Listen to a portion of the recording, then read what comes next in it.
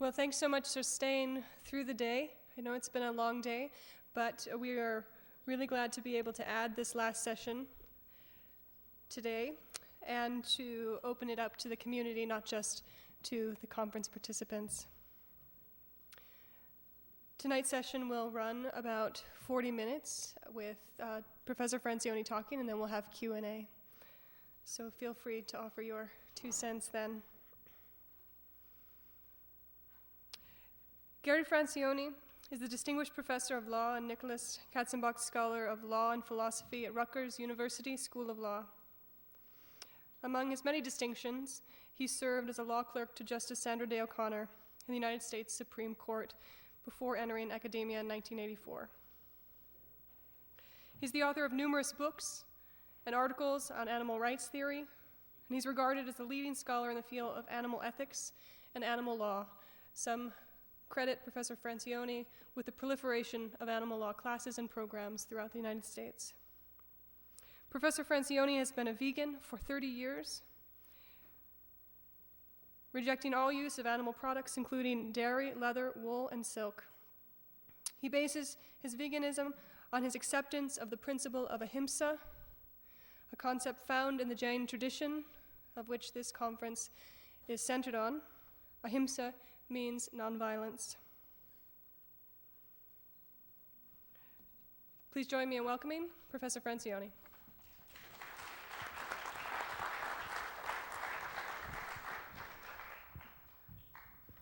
Jai Janendra. This was a sort of a difficult presentation to do because there are folks in the audience who are not Jains or into Jainism, and they come as people interested in animal rights. So I try to make it something that both sort of groups can I hope, identify with and find interesting. First of all, I want to thank everybody for organizing this conference, and I want to say how excited I am that Claremont is doing a Jain Studies program. I also want to thank the organizers. This is the first 100% vegan event, Jain event, that I'm aware of. I mean, there have been other smaller events. Gurudev Chitrabanuji, who you saw this morning, has been a long time vegan, and whenever they celebrate his birthday, the events are vegan.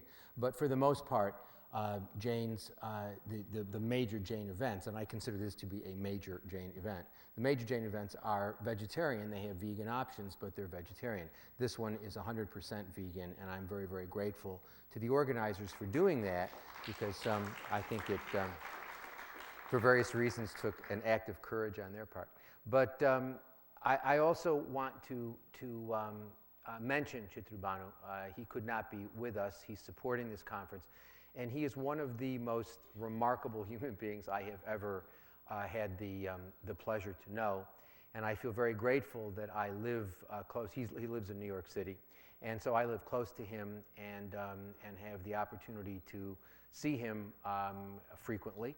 And he is just a remarkable, as I say, he's one of the most remarkable people I've ever met, and a man completely devoted to nonviolence. I want to thank Samnijis. Samnijis are, they are a part of an order. There are 2 main branches. I can't win on this, because when I try to get general, I'm going to bore the Jains, and when I get specific, I'm going to bore the animal rights people. But there are 2 branches of Jainism, Shvetambara, Digambara. And one of the groups of the Shvetambara are the Therapant. And they are located, well, they're all over, but they're primarily located in Ladun in Rajasthan. And Jain nuns don't travel. One of the things that they are not allowed to travel. They walk on foot. They don't use a lot of the modern conveniences that actually are probably destroying our civilization, and they don't get on airplanes and travel places. The Samnijis do. They've been given special dispensation by their Acharya, Acharya Tulsi, who created the Samnijis some years ago, And I had the pleasure of studying Jain meditation called Preksha meditation with the Samnijis in New Jersey. And the Samnijis have a house and a center in Iceland, New Jersey, and they teach Preksha meditation, mostly to Indian people, but it's something that anybody who's interested in meditation, seriously interested in meditation, ought to pursue, because it's really quite an excellent thing to learn. And finally, before I start, I want to issue my general Michami Dukkadam, because I know it is inconceivable for me to speak for more than 5 minutes without offending people, and I really don't mean to do that. I'm just explaining things the way I see them. Somebody asked me, one of my students, because I use the expression in class, and one of my students said, "What does it mean?" And the best explanation I can give is a Jain computer person once said to me that Michami Dukkadam is like, it's not "I'm sorry," it's like pressing the undo button on a computer. You're not really asking for forgiveness, you're wanting to undo something that you've just done. And so I actually feel sometimes as though I should have a permanent Michami Dukkadam button on my shirt that people can press, and I will just say it. But in any event, because I'm going to talk about some things tonight that I think are important I regard as important, and I think are important for Jainism. I think are important for us as a general matter to think about if we take nonviolence seriously. This is a conference about bioethics. So I was invited to this conference on bioethics. I do animal ethics. I teach animal law, but most of my scholarship is in sort of philosophical analysis of animal ethics, so I thought, well, I'll talk about vivisection, the use of animals in biomedical experiments. Vivisection is sort of a broad term.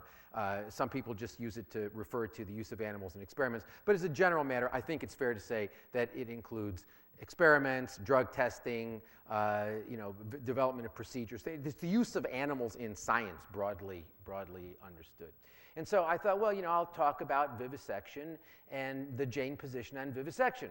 So I started doing some research on that. No, that's a lie, actually. I had my research assistants start to do some research on this. I sent them out and I said, go and find for me things about what the Jains say about vivisection. And what's really mean is you give the assignment to 3 different research assistants, and then you wait to see what they bring back. It creates competition amongst them. It's really evil. But in any event, so they all come back and they said, all we could find was a discussion in this book by this guy, Chris Chappell. And Chris has written a book on animals in Southeast religious traditions. And he has a section in there in which he discusses vivisection.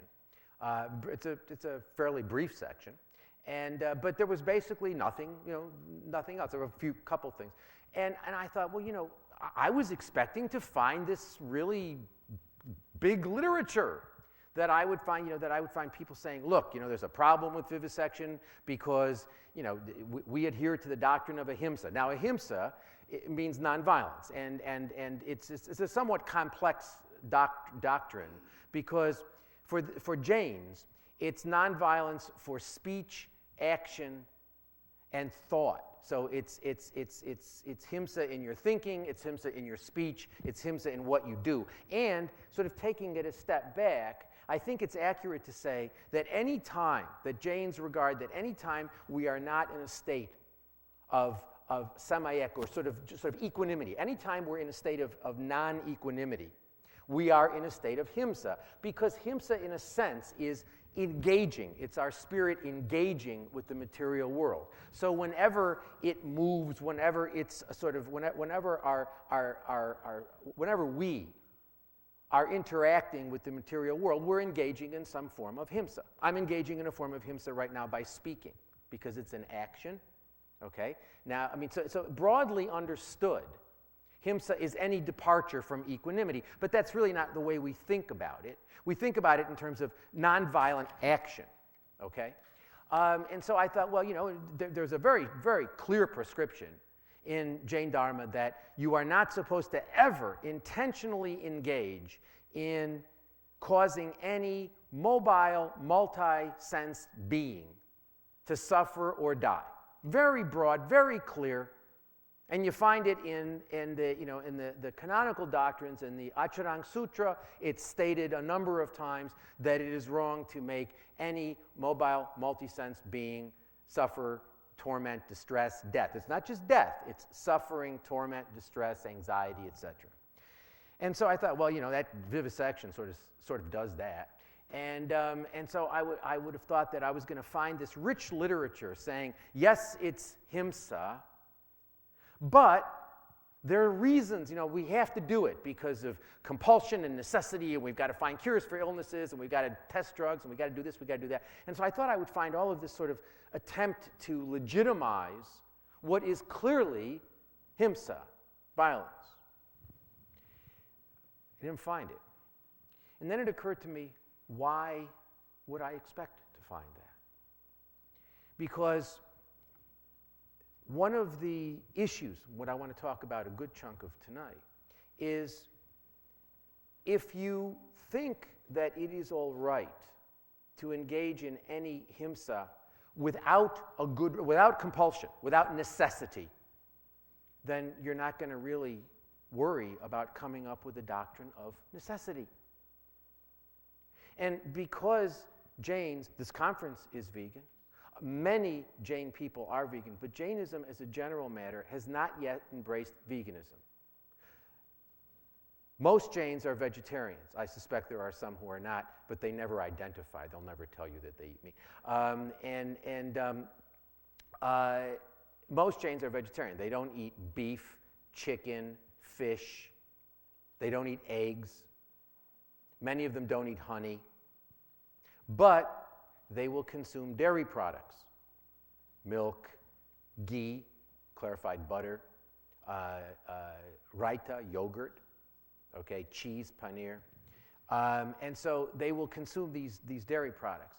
And it's been a sort of an interesting, because most of the time I am spending in my life is talking to audiences where I'm dealing with meat eaters. I mean, I'm dealing with everything eaters. I'm dealing with omnivores. I'm not talking to Jains for the most part, right? And so I'm talking to people who eat all this stuff. And so when you're asking them to think about veganism, you're asking them to sort of really remove, I mean, it's a major life change. I mean, if you're a meat eater, as I was for the first 28 years of my life, if you are a meat eater, and you eat meat, you eat dairy, you eat cheese, you eat ice cream, you eat all this stuff. Somebody tells you, can't eat any of that. That's a big thing. But with the Jains, it's very different because what I like to think of is that they're 95% there. It's this 5%. It's the milk and the tea. It's the cooking with the ghee. It's the cheese. It's the yogurt, things like that. And there is no reason for that. There's no necessity there. It's just tradition. Taste. I mean, people get pleasure out of taste, and it's tradition, something that people have been doing for a long time, and but those really aren't, I mean, we can talk about it, but those aren't particularly compelling reasons. I mean, to say, well, I do it because it's part of my tradition. There isn't anything in the world that we object to. Nothing. Sexism, racism, heterosexism, ageism, classism, all the stuff that's bad is somebody's tradition.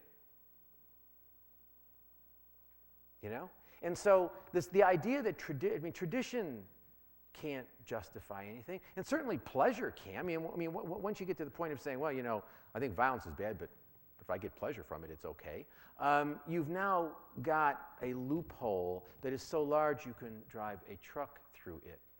So I was thinking, well, if they're not vegans, if they don't embrace veganism as a moral baseline, why would they think vivisection's a problem?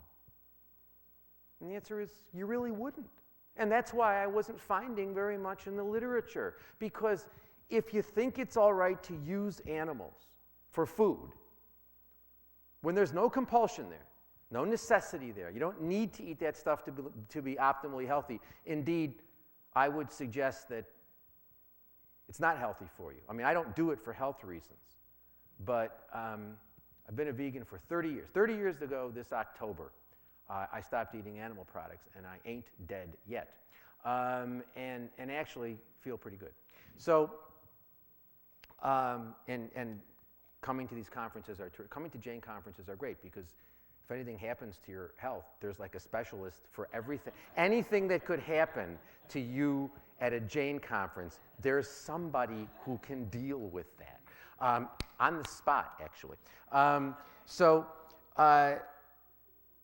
And so I thought about this, and this is, I think, for me, it's an intriguing question, because I love the Jain community.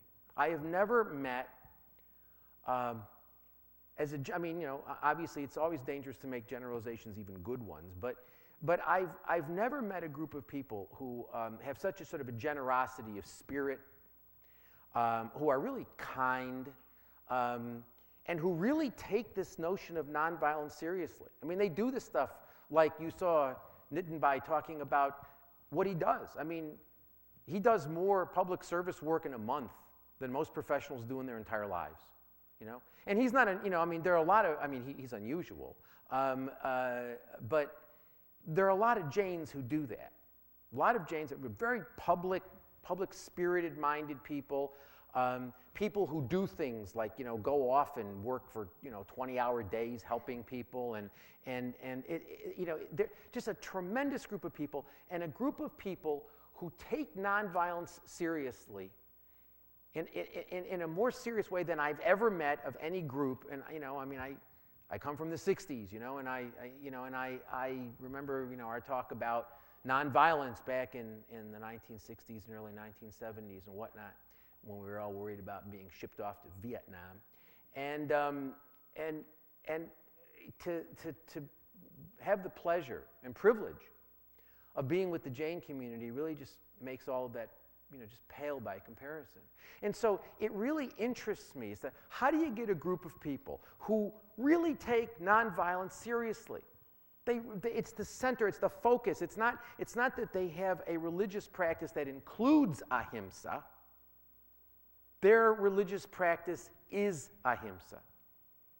Acharya Mahapragya, who is the head of the Theravada, he's passed away now, but he used to always say, my religion is ahimsa. And I think that's true for most Jains, that is what their religion is, ahimsa. So it's the center, it's the focus. There is no other traditions, no other dharma in the world where nonviolence plays that role.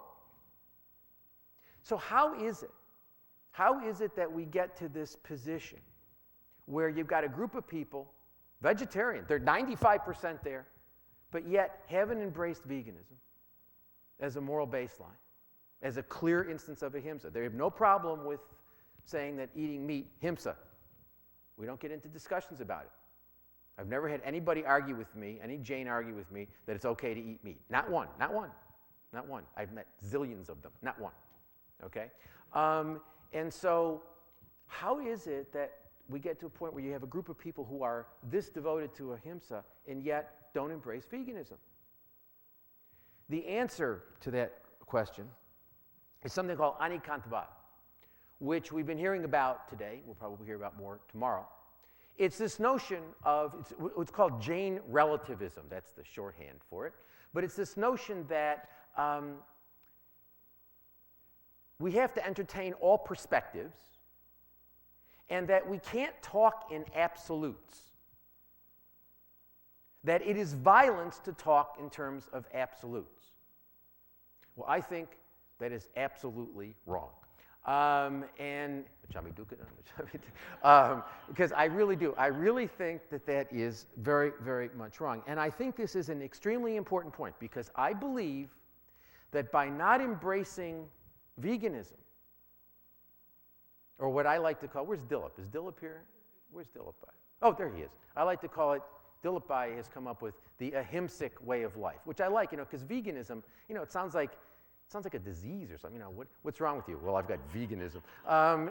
It's got this, it's a connotation, right? It has a connotation.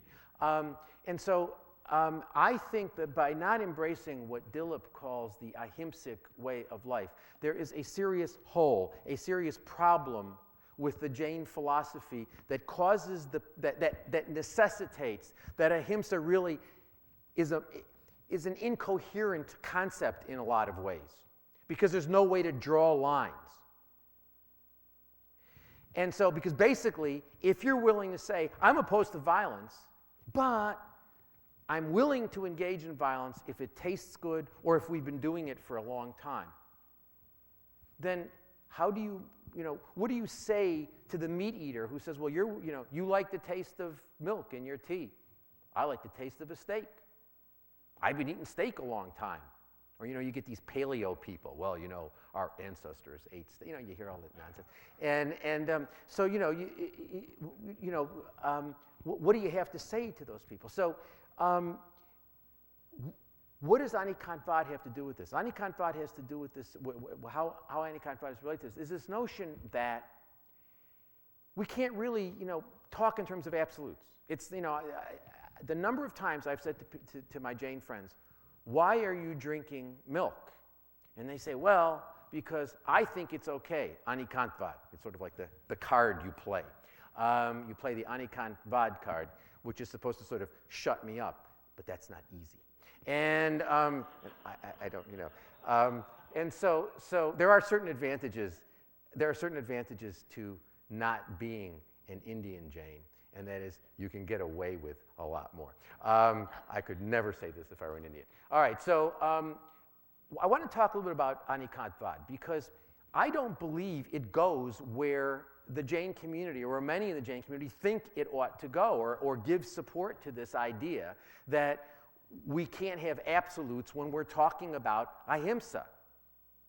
What is Anikantvad? Well, Anikantvad is let's talk a little bit about Jain ontology, or the notion of what exists for Jains. Jains basically talk about dravya, substance. Substance is divided into living substance and non-living substance, with living substance having souls. Okay?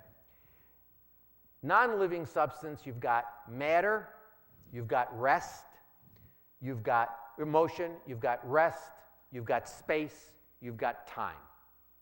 Those are the existents, okay, that are non-living. Humans, animals, plants. Okay? Dravya, substance.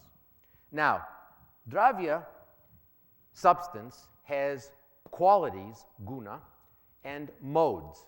This ring is gold. Okay? Gold has certain qualities. It's hard. Okay? It has certain qualities that it basically has as gold. But then it has modes. You have a ring, you can turn it into a necklace, you can do something else with it. So it has different modes. Now, the modes are constantly shifting. Origination and destruction of the various modes. So there's this notion that what is out there is in a constant state of flux. Okay? And this is the basis of the metaphysical aspect of Anikantvad, the notion that reality is all over the place and it's constantly changing, but the substance is always there. It's the substance which has the qualities, and the qualities then exhibit different modes. Now, this is a perfect, historically, how did this develop? Historically, this developed because the Jains mediated the dispute between the Buddhists who said everything is impermanent, nothing is permanent, everything is impermanent, and some of the Brahmins who said there is only permanence, nothing is. I say, that reality is permanent. So you have Buddhists saying reality is impermanent. You have the Brahmins, or some of them, saying that reality is permanent. And then the Jains say, it's permanent. Dravya is permanent. It exists.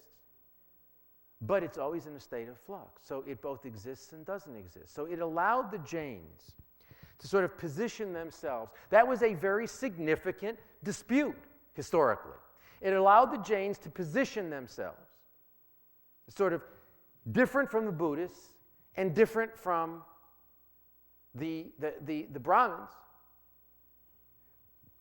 by coming up with an ontology that they thought made a lot more sense in terms of what reality was. And actually, it's interesting. The ways in which this sort of anticipates, say, quantum theory by like zillions of years, it really, Jainism is remarkable in lots of ways for the things that it anticipated. It really is. It's a remarkable, I mean, you're getting like a real sort of short version of a small part of it, but I mean, studying Jainism is actually one of the most intellectually interesting things I've ever done in my entire life. Okay, so you have this notion of substance having modes and qualities and modes. There are other components, and it was also useful because it helped, this sort of way of looking at things helped to sort of understand what the soul was. You know, because there were a lot of discussions back then about, and still are today, but what is the soul? Is the soul permanent? Does it change? How does it change, etc.? And again, the Jain said, well, the soul is the soul. In one sense, it's permanent, but because of its attachment with karma, because karma is attached to the soul has infinite numbers of modes because of the attachment of karma, the rising of karma. This is all in a dynamic state. Okay? Now, there were other components of this doctrine of Anicantvad. There's something called Nayadvad and Sayadvad. Nayadvad is the idea, this is the metaphysical aspect, that reality has all this stuff going on. That it's not permanent or impermanent, it's both permanent and impermanent. Then it's got an epistemological or knowledge-based component of what it is we can know, because we are not what they say vitraga. We have not gotten to the point where we have gotten to liberation. We have not gotten to the point of perfection. We have not gotten to the point that the jinnah gets to. We are all in states of imperfection. And in states of imperfection, the only thing that we could know is from different perspectives. We can know objects in their common sense way. We can know them in the way that we know them practically. We can know them in terms of generic qualities. We can know them in terms of their, we can know them in different sorts of ways. But we can only know them in different sorts of ways. We can't know them completely because we are not omniscient. Okay? And then there's this doctrine of Sayadvad. That is, because of this complexity in reality, and because of the fact that we can only know things partially in terms of perspective, the statements we make can only be true with respect to particular perspectives. Okay? So they say, well, statements about an object can be true, they can be false, they can be true and false, they can be inexpressible, they can be true and inexpressible, they can be false and inexpressible, they can be true and false and inexpressible, and they've got various combinations. But this whole analytical structure is very useful for talking about dravya, substance, things, even if the thing is a soul, because the soul is a jiva. Okay? So when we're talking about souls, or we're talking about matter, or we're talking about rest, or motion, or time, or space, it makes sense. This is an analytical structure which is actually very helpful. It was never historically applied to morality. The irony is that what is happening now, and I'm going to explain why I think that's happening, but what's happening now is people are applying Anicantvad to moral situations. And ironically, they're deriving conclusions which are more radical not in a good way, but are more radical than the conclusions that were drawn about Anikantvad by the people who were originally using it. What do I mean by that? Well, what I mean by that is this. Anikantvad, Nayadvad, Saidvad doesn't commit you to sort of an ontological relativism that we don't really know what the hell exists because it's all a mess out there. There is a truth. There is a truth about things, but we are not vitraga, we are not omniscient, we are not able to see it. But there is a truth. You know, they tell the story about, you know, the blind men who are feeling the elephant's trunk, you know, and one thinks it's a snake and the other thinks it's a tree, and, you know, then so you have all these blind men and they're saying, from my perspective, it feels like X. From my perspective, it feels like Y. It feels like Z. There is an elephant there. There is, and it's not that these guys are hallucinating.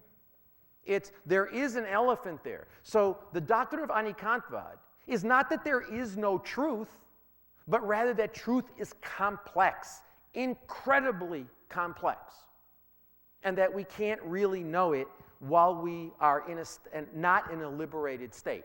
It's a very complex thing. But when Anikantvad gets translated into moral situations, it gets translated as there is no truth. And if you try to maintain there's a moral truth, you're engaging in himsa. I'm sorry.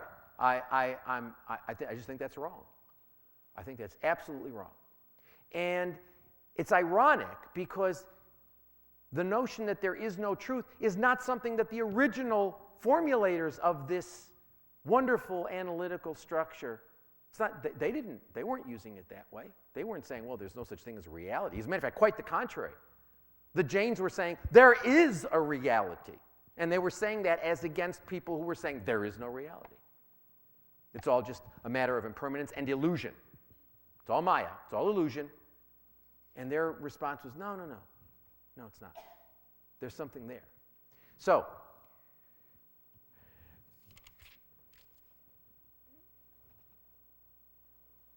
we get to this idea that when we talk about morality, everything then becomes up for grabs. Now, I think that happens for two reasons. I think it's happened because the Jains have wanted to use Anikantvad for a very noble purpose, and that is sort of a radical pluralism in terms of other religious doctrines. You know, it's one thing if you want to say that, well, there are fundamental truths that are described in different ways by different religions. That's consistent with Anikantvad. What is not consistent with Anikantvad, in my judgment, is the notion that there are conflicting, you know, there are different realities, ultimately. There are different realities and they conflict. And you can't just basically say, well, they're all true. Because to the extent you say that, you're basically saying there is no truth. You are engaging in a sort of a relativism. This sort of relativism is very common these days. In the postmodern, post-structuralist world in which we live, we have become moral relativists. I think it's actually one of the most frightening things that I find about modern life is the relativism that I see. You know, I teach a course at Rutgers with my colleague Anna Charlton called Human Rights and Animal Rights, and we discuss racism, sexism, heterosexism, and speciesism. And we talk about Jainism, because we talk about violence. And we start off the class by asking the students, what do you think morality is? And, you know, we're talking about, you know, kids who have gone, you know, young people who have gone to you know, good colleges, and now they're in professional school. And they're sitting there and they look at you as if, you know, no one's ever asked them that question before. Because no one ever has asked them that question before, and they've never thought about it. And what you end up with at the end of the first class, 10 minutes, oh man, 10 minutes, okay. What you end up with at the end of the first class is people basically saying, I think morality is a matter of opinion. Now, I find that terrifying. I mean, in addition to I find that terrifying. And so then I say, okay, So I mean, when this first started happening, I first started teaching this course, I got upset when they did that. But now I've gotten used to it. And so I say, okay, so if you think the Holocaust is okay and you think it's not okay, you're both right. Well, no, you just told me it's a matter of opinion. It's a matter of, do you like the Beatles more or do you like Pink Floyd more? It's a matter of opinion, okay? For those of you, Beatles and Pink Floyd, we used to listen to those a long time ago. Okay, so, or I bring, one of the other things, I talk about female genital mutilation. And I say, okay, is that okay? Well, you're uncomfortable about that. Yeah. Why? You just told me it's a matter of opinion. Morality is a matter of opinion. This, to me, is terrifying. Absolutely, positively terrifying. But this is the postmodern world we live in, where there is no moral realism. Everything is just a discourse of power or a discourse of that or a discourse of this or whatever, and I reject that. I think that's nonsense. First of all, if you say that, reality is a discourse of power, for example, you can't talk about justice unless you want to admit what you're doing is constructing a discourse of power. I mean, it's a self-defeating way of looking at things, okay? And so what I want to suggest is Jainism's got to stay well clear of that. And by saying that veganism is not a moral baseline, it's a really serious flaw. Because basically, if Jainism doesn't embrace veganism, then basically what Jainism is saying is that suffering is acceptable if we get pleasure from it, or if it's a tradition, it's okay. Once you do that, you got no way of drawing lines, and everything becomes arbitrary, idiosyncratic, and simply a matter of what did they do 25, 50, 100 years ago. Now, once you get to the point of saying that veganism is a moral baseline, which I really do believe, and I have to tell you, the number of times I've had students say to me, well, you say that we should be vegans because of nonviolence, but Jains believe in nonviolence, and they consume animal products, and they're the experts on ahimsa. They're the experts on nonviolence, so how can you say it's violence? And you know what? I mean, I have answers for that, but I mean, the reality is, it's an inconsistency, and it's a clear inconsistency. Now, once we see this, then we can have an interesting discussion about vivisection, because once we say there is no way that we should, and I heard Manoj say before that he was opposed to the use of animals for cosmetics purposes. Did I get you right on that, Manoj? You said, okay. And he said he was opposed to it for cosmetic purposes. Well, obviously so am I. But I don't see how using animals, putting milk in your tea is any different from, testing, shaving cream or eyeshadow or whatever, whatever they're using animals for cosmetics purposes. I mean, it's completely unnecessary use. So let's accept that ahimsa means, whatever else it means, whatever complexities exist in the world, let's accept something simple as an absolute. And that is, we can never inflict suffering or death without a darn good reason. I don't, and we can talk about what the darn good reasons are, and mine would probably differ from yours. However, even if there are reasons which justify the use of violence in some circumstances, violence can never be justified for reasons of pleasure, amusement, convenience, tradition. And if that's the case, then we are committed to veganism. Anybody who is committed to nonviolence must be committed to veganism. I just don't see a counter-argument to that. I just don't. I mean, if there is one, I haven't heard it. And it's not just a question of compassion. I say this to my friends in the animal rights community when I hear animal people say, well, if you got compassion, it's okay to eat free-range eggs. If you got compassion, it's all right to eat happy this or happy. No.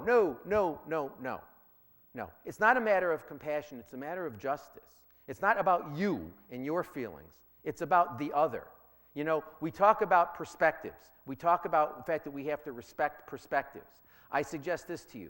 From the perspective of a victim, from the perspective of somebody who is the victim of violence, Suffering is always wrong. The actions are always wrong. It's not a question of perspective.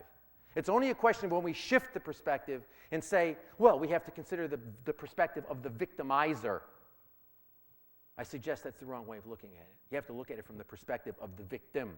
And when you look at it from the perspective of the victim, the perspective is ubiquitous, it is clear. Please, Matthew, don't hold up that card. Please, please, I'm asking you. Himsa, himsa, himsa. Anyway, let me just make a couple of comments about vivisection, and then we can open it up for questions.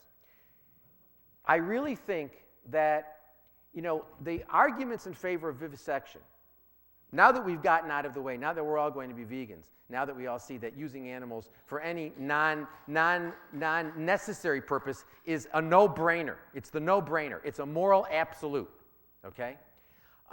Then the question becomes, what do you do in situations where there is a compulsion? You don't have the compulsion, the necessity, when we're talking about veganism. Now, I would suggest this to you. I think that animal experiments are voodoo science. I don't think they give us anything. I think they put us in the wrong direction. But I don't want to argue that for several reasons, because Matthew will get violent.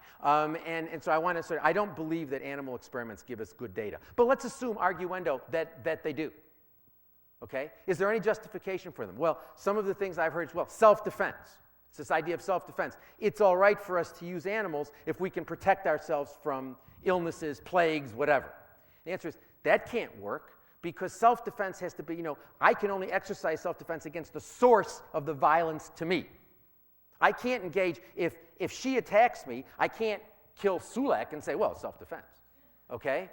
Which is what we're doing when we're using animals in experiments. We're saying something's going to kill us, so we're going to take this group of victims and we're going to sacrifice them. That can't work.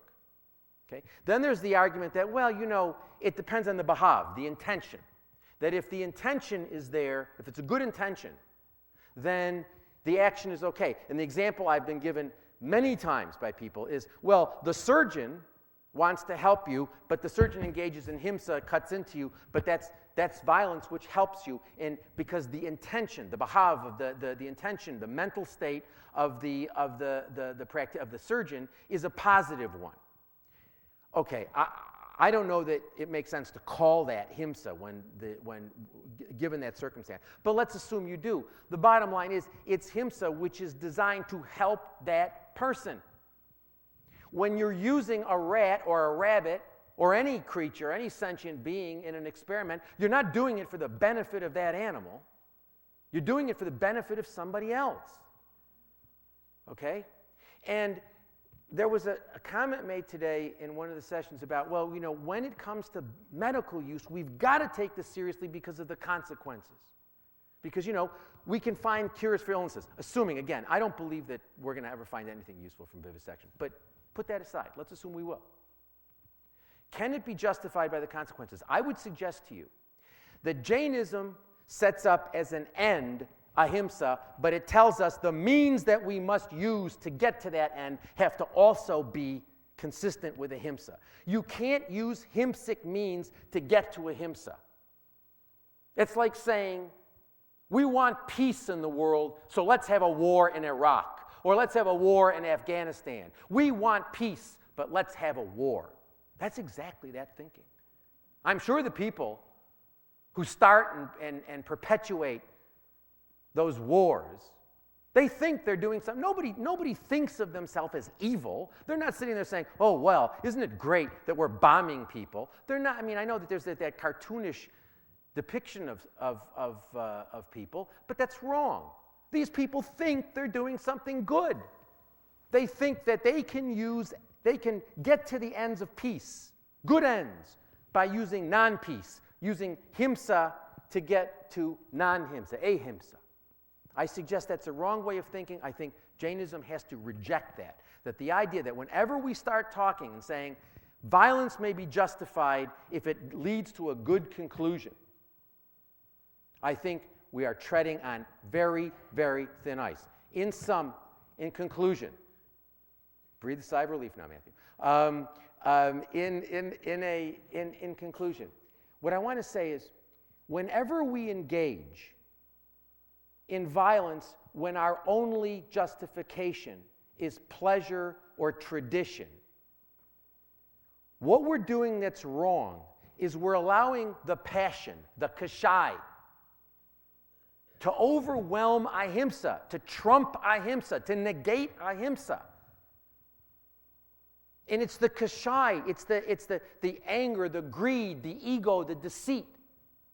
Those sorts of passions which are the most dangerous in terms of the karmic result, the karmic consequences. And when we drink that milk, what we are doing is allowing the passion of taste, of pleasure, to overwhelm. There's nothing else to balance against the ahimsic desire, or the ahimsic end.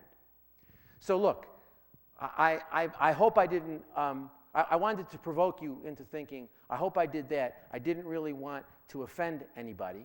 But you know, we are living in violent times.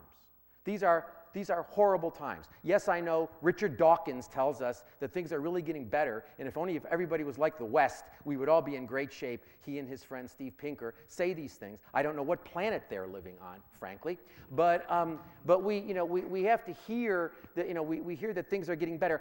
They're not. These are horribly violent times, and they're getting worse. Jainism is a beacon of hope. It is a beacon of hope. It offers a solution to the problems that we face. But I ask, beg, plead, please make the Dharma embrace ahimsa in the way that it should. Let it be clear. Yes, there will always be gray areas where we'll have to discuss, but there have got to be some absolutes. And one of those absolutes has got to be that violence, which serves only pleasure, amusement, tradition, whatever, things like that, that can never be right. That's got to be absolutely wrong. Without that being absolutely wrong, ahimsa becomes a meaningless concept. Thank you very much.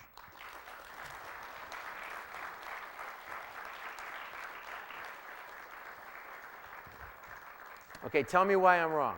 Tell me, come on, tell me. There are hands up. There are people. Yeah. Okay. Hello. Oh, wow, God. Anyway, questions here. I'll pass this around. Yes, Gary is just joking. You are wrong. I'm sorry, what? Let's give a standing ovation to this wonderful talk. But there's a question. So we need to change his name from Gary to Mr. Ahimsa. Gary, wonderful analogy, wonderful speech, and very different perspective. One question that from my birth I have always been facing. From your daughter, you said? Huh? From your daughter? You said one question from? One question I'm asking. Oh, I'm sorry. Okay. That I have been facing, and I also heard a talk this afternoon, the Hinsa in Mahabharata and in Gita, okay? The war, the great war that took place, the millions of animals, the millions of people, and then that war is called Dharma Yudh. I have a very big problem with that one, justifying that, just like you are talking about milk products, you are talking about vivisection, and we just get carried away and we start accepting that one of the greatest, human war that took place, and we start justifying that it was the duty. Krishna told Arjun. That has a big problem for me. I'm not able to accept that. Yeah, I mean, there is a dispute there is a debate in Jainism about whether there is such a thing as a just war. I don't believe in the concept of just war. I believe, am I correct, Chris? Jaini also rejects the notion of just war, doesn't he, Padmava? And I think a lot of Jain scholars do. Some people say you can have such a thing as a just war. I don't understand that. I think we would have to be, that if you take ahimsa seriously, you have to be opposed to war.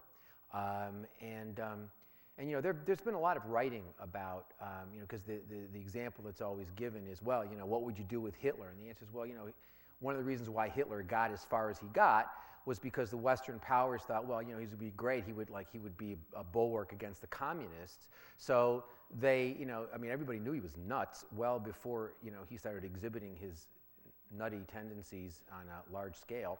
But he was allowed to develop, and he was nurtured in many ways by the Western powers because they thought that he would be a foil to Stalin and he would stop communism from moving west. And so, and there have been all sorts of studies that most of the wars could have been prevented, and they could have been handled. And also, you can't look at war in a vacuum. Wars are the results of. You can't look at the conflict as some sort of isolation. You have to look right now. What's going on in the Middle East, has very, very much to do with the politics of the Middle East and with the economics of oil. And the control of oil. So you can't really sort of look at it as the conflict. You have to look at how does the conflict fit politically. That's the point I was making today with respect to some of these bioethics issues, that you have to sort of, some of these things we talk about it in a very sort of narrow way, but in fact they're sort of parts of, a lot of these health issues are really related to women's rights and issues of sexism, for example, I think. And so you can't really sort of talk about the health issues and the reproductive technologies and stuff without recognizing this is a patriarchal society in which men are first-class citizens, women are it's a patriarchy. Women are undervalued and valued as lesser than men. And so, and white people are valued more than black people. That's just that's the reality of racism. And so, so I think you got to sort of take the step back and sort of see where this all fits and whatnot. But yeah, no, I agree with you, and I think I was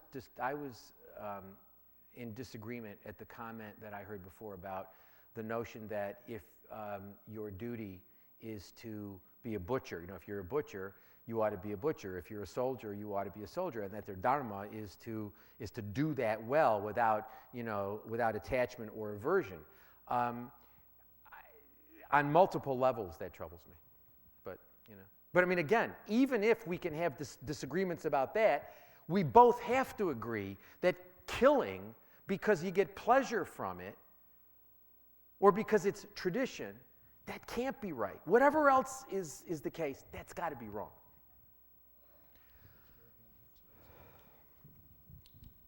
Let me suggest that beyond pleasure or tradition, there could be another reason.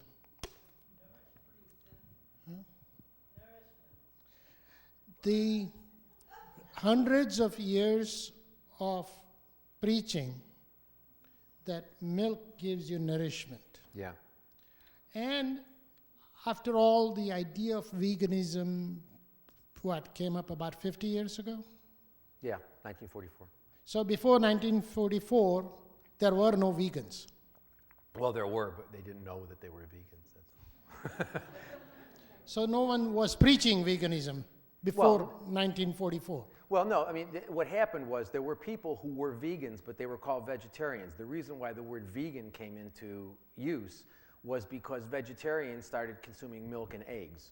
So rather, but there were people before then who did not eat. Well, it's important year I was born then, and so I wanted to know if it started before I was born or after I was born. Okay. But at any rate, a lot of marketing has been done, promotion of milk,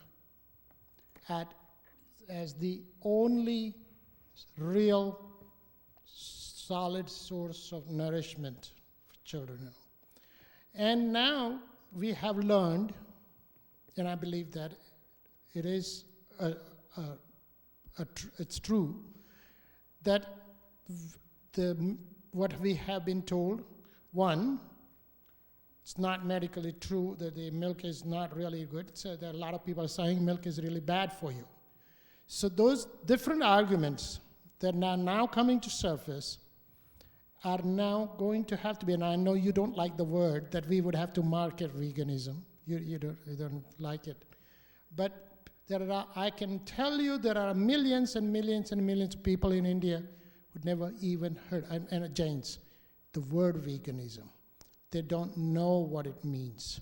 They haven't been told. They are still living in a mindset of how lovingly cows are raised and how willingly the cows give milk and how important it is as your duty. There's an expression in the language in India. How is a particular family doing? And they would say, yeah, their kids get milk. And they are saying that they're okay. They are not below poverty level or what have you. So what I'm telling you, that as much as you emphasize the two reasons, that you have to accept also that there is this great deal of vacuum. They don't know. People are not aware of this. There are people, when I go and talk to people about veganism, and I talk to them about what's happening to the cows and how it is again, they don't believe it, because they have only seen pictures of cow as a member of the family, loving one, and how it's worshipped. People worship cow. They would not believe that the cows that they're worshipping are being so badly treated and what have you. So I think there is a room for education. I don't dispute that, Dilip. I don't dispute that at all. I think that there are some people who don't know about how dairy products are produced, and there are many. But in talking about, the Jains here, they by and large know what's going on. The sorts of things that I hear is, well, I will hear stories about we had a family cow when I was a child and the cow was, and the answer is there was some suffering.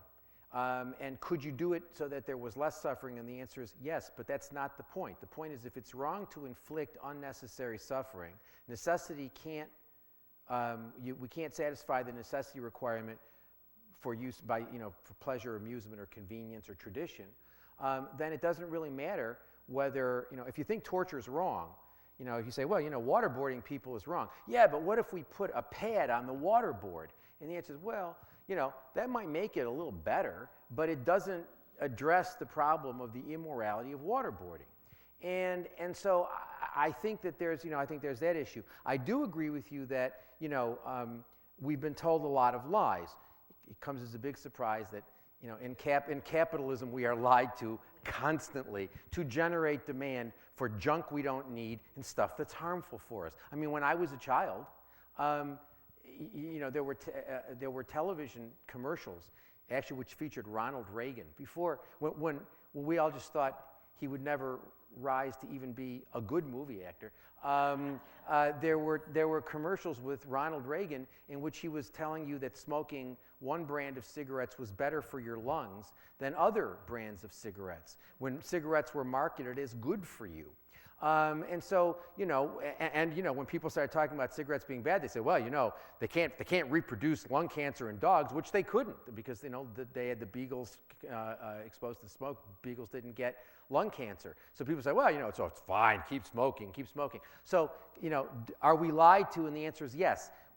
This system works because we all want things we don't need. That's how it works. A lot of the things we don't need are also harmful for us. And so physically harmful. They're all spiritually harmful. Some of them are physically harmful. One of those things is milk, because we are told, well, I have students. These are smart people, and they come to me and say, well, I'd like to be a vegan, but I know, my bones will break. I will if I walk up the stairs, I will crumble.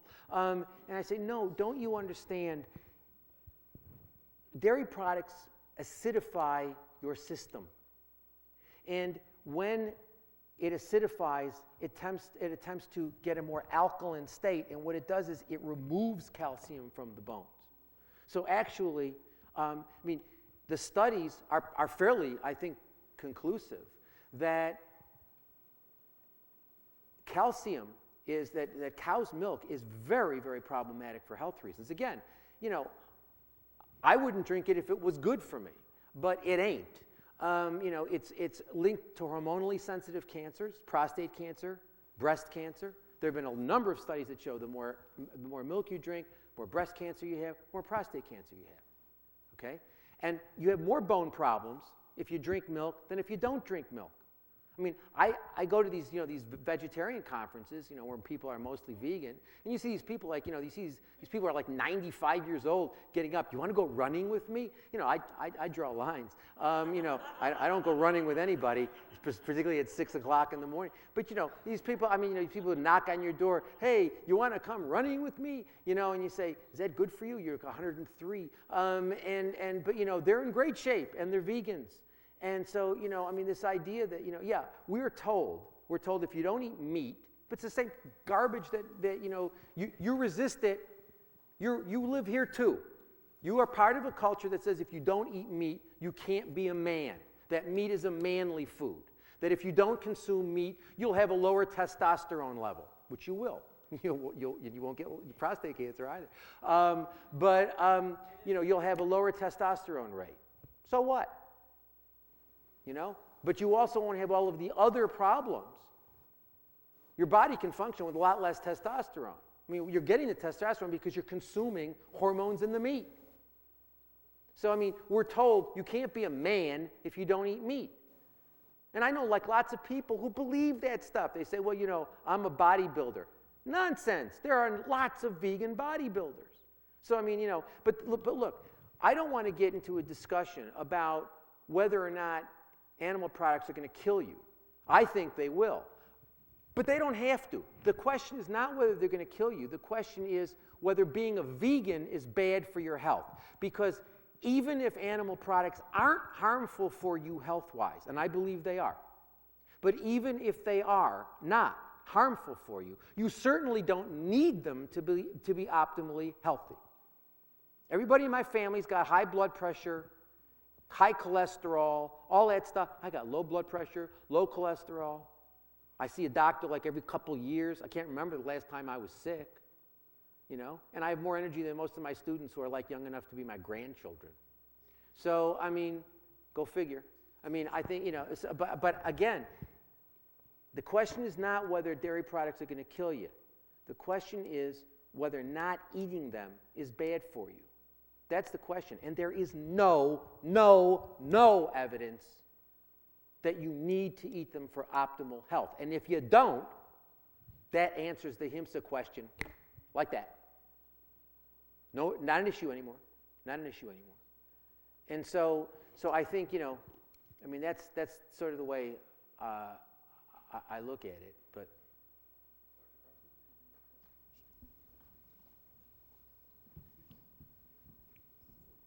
thank you for your talk.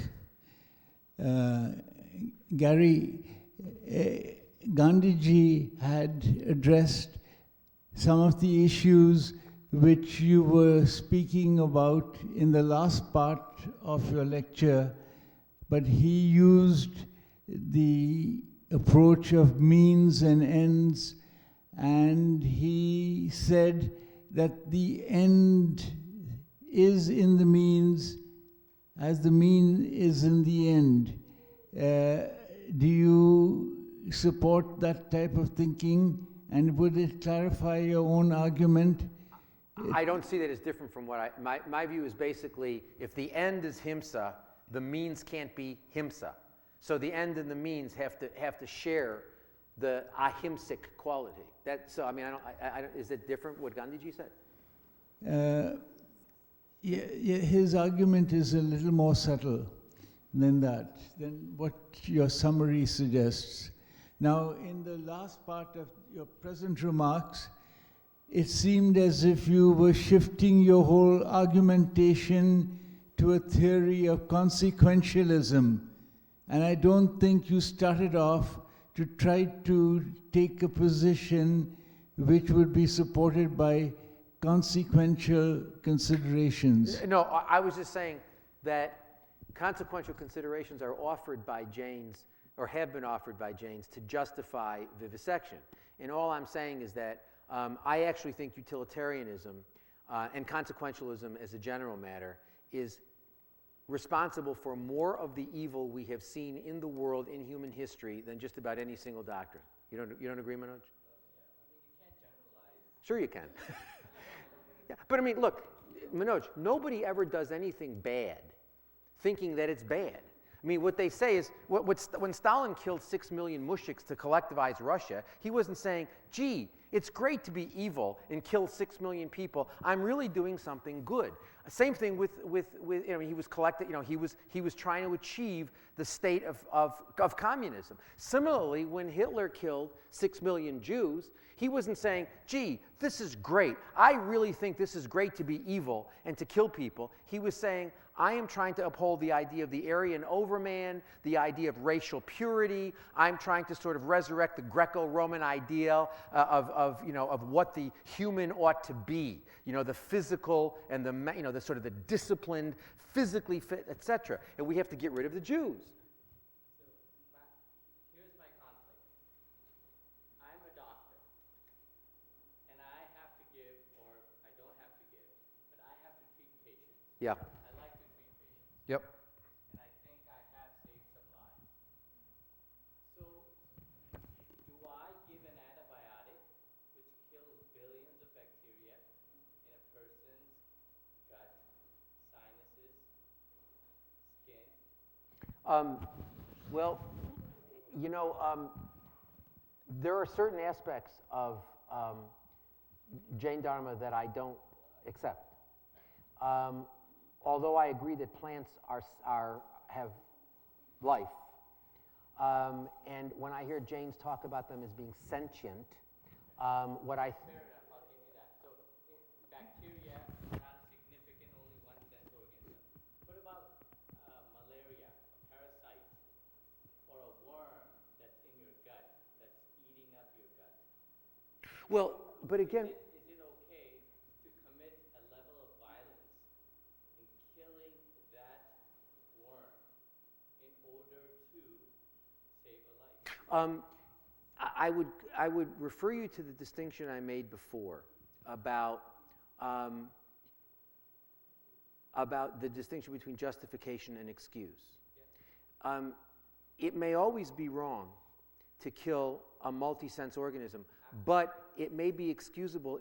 There's a situation where you've got a self-defense, where the force or the violence is being exercised on the source of the problem, unlike the mouse or the rat or the rabbit or the dog that's being used in vivisection. Okay, I'm sorry to drag this on, but I agree with you 100%. I think we're on the same page. What I think needs to be done Yes. is that, You agree with me on the veganism point? I'm sorry? Do you agree with me on the veganism point? Oh, yes. I Okay, agree with okay. you. I'm in complete agreement with this veganism part. But on vivisection and on taking antibiotics or giving, something that would kill worms in your body, I think what needs to be done is that we need to have a level of understanding. And in your case, I think it's important for me, for you, to look at what animal experiments are appropriate or inappropriate, rather than saying that all animal experiments are inappropriate. Would you ever use a human in an experiment, a non-consenting human in an experiment? In third-level clinical trials, that's what we do. But you don't do it without informed consent. Absolutely. And if you, I train people to sue people like you who do that. If you do that. And so then that's where we have to see. You have to put it at a certain level, that at some level of experimentation is necessary. But that's a different event, though. I mean, when you're taking a dog or a cat or a rabbit and sticking that animal in a cage and using that animal, the animal can't give consent. That's very different from somebody. If you say to me, "I've got a problem. I've got HIV. You want to try something out on me," and and I know there are risks, but I also know that the HIV is a problem. I make the decision. But then if you have to look at science and the way science is developed, I think that there has to be some level of experimentation. Now I'll give you this. I think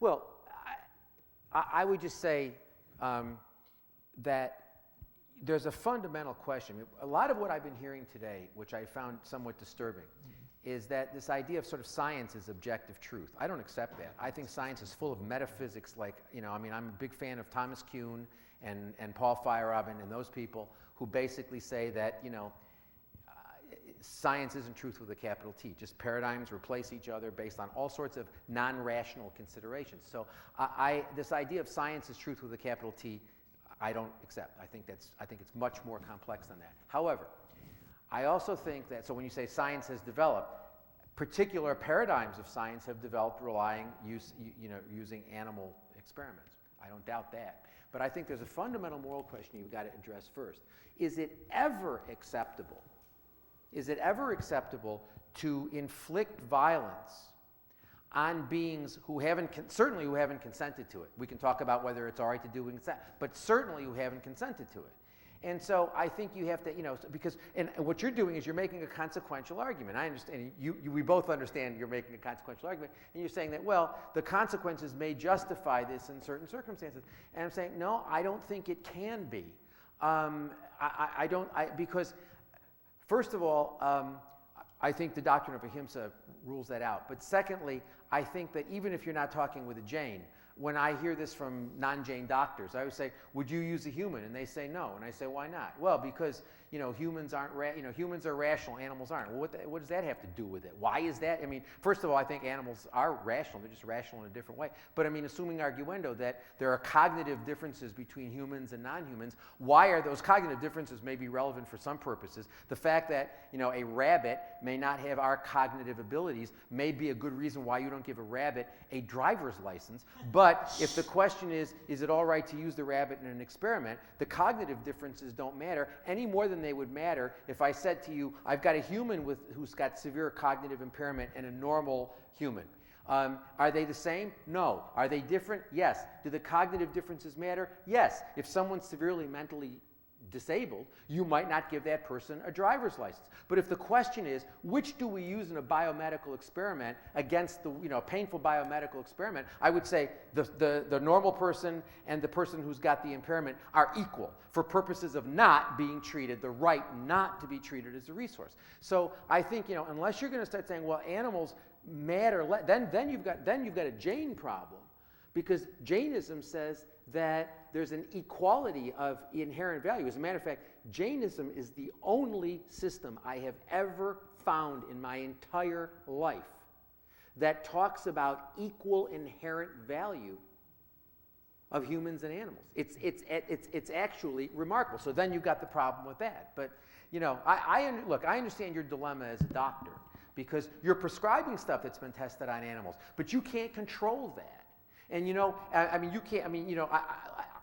People always say to me, "Well, do you take drugs?" I say, "Well, first of all, I'm a vegan. I don't ever get sick. But if I get sick, actually, and somebody writes a prescription, I take it to a compounding pharmacy, and I get it made into vegan things, because you take magnesium stearate, and I don't ingest gelatin." And so I'll have it compounded. But I know it was tested on animals. But there's nothing I can do. I drive on roads that are repaired by prison laborers. I don't believe in chain gangs of prison laborers either, And so, but I have no choice. I have to drive on the roads. And so when I went to the University of Virginia for law school and for graduate school in philosophy, and they had prisoners repaving the roads. That's slave labor as far as I'm concerned. And so, there's nothing I can do, you can do to control that. One thing you can do is if you get your patients to be vegans, then it's gonna screw you up in terms of your income. But I know your heart's not in the money. And if your patients are vegan, they will be fewer, sicker patients. All right, on that note, we actually have to shut down for time constraints. I'm sure we'll have some time for question and answer afterwards. Thank you. Thank you. Thank you all for coming out.